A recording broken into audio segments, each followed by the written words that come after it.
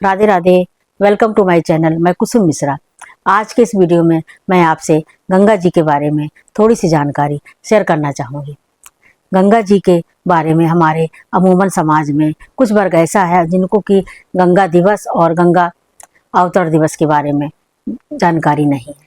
तो मैं इन दोनों ही चीज़ें अलग अलग हैं, तो मैं इनके बारे में थोड़ा सा प्रकाश डालना चाहूँगी कि जो जन्म दिवस है वो वैशाख शुक्ल सप्तमी को होता है, और जो अवतरण दिवस है तो ये ज्येष्ठ शुक्ल दशमी को होता है।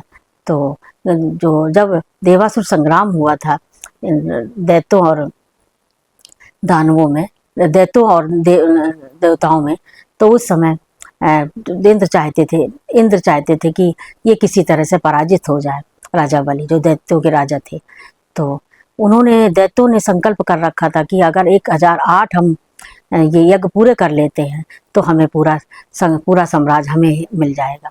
तो इससे इंद्र बहुत घबराए और जा करके ब्रह्मा जी के पास गए, विष्णु भगवान के पास गए। तो विष्णु भगवान ने उनकी पुकार सुनी और उसके बाद उन्होंने बटुक का रूप धारण करके इंद्र के पास जाके भिक्षा में उनसे तीन पग भूमि मांगी, और उसमें पहला उन्होंने जब जमीन में नाप लिया, पूरी पृथ्वी नाप ली, दूसरे में पाताल। तो जब पाताल नापने लगे तो इससे भगवान का चरण पड़ने से ही पाताल से पानी जो है बहने लगा, धरती फट गई। तो ब्रह्मा जी ने अपने कमंडल में वो जल रख लिया और उस जल से गंगा जी का अवतरण हुआ, गंगा जी का जन्म हुआ। तो उसी से गंगा जी बनी और वो कमंडल में ही जल बना रहा। और उसके बाद जब भागीरथ के पुरखे यहाँ पर आकर के कपिल मुनि के साप से जब शापित होकर वो भस्म हो गए थे, तो उनके पूर्वजों ने हालांकि बहुत तपस्या करी पर वो सफलता उनको नहीं मिली। राजा भागीरथ को सफलता मिली। अब गंगा जी आने को तो तैयार हो गई बहुत तपस्या के बाद, परंतु अब ये प्रश्न था कि अगर वो गंगा जी आती हैं डायरेक्ट तो ये रसातल में पहुंच जाएगी पृथ्वी, तो क्या होगा। सभी देवताओं ने कहा कि इसके लिए समर्थशाली तो भगवान भोलेनाथ ही हैं, उनके पास आप जाइए। तो भगवान भोलेनाथ ने अपने सर में गंगा जी को रख लिया। तो जिस दिन गंगा जी को रखने के बाद जब वो पृथ्वी पर उन्होंने लट छुपनी एक छोड़ी, तो जिस दिन पृथ्वी पर आई गंगा जी तो उसी दिन गंगा जी का अवतरण दिवस का आया।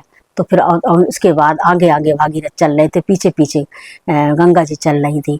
और चलते चलते 8 महीने के बाद वो मकर संक्रांति वाले दिन जो पर्व हमारे यहाँ माना जाता है, तो वो गंगा सागर के पास जाके जहाँ उनके पुरखे पड़े हुए थे, पूर्वज भस्म हुए, तो उनको मोक्ष प्रदान करती हुई गंगा जी गंगा सागर में समाहित हो गई।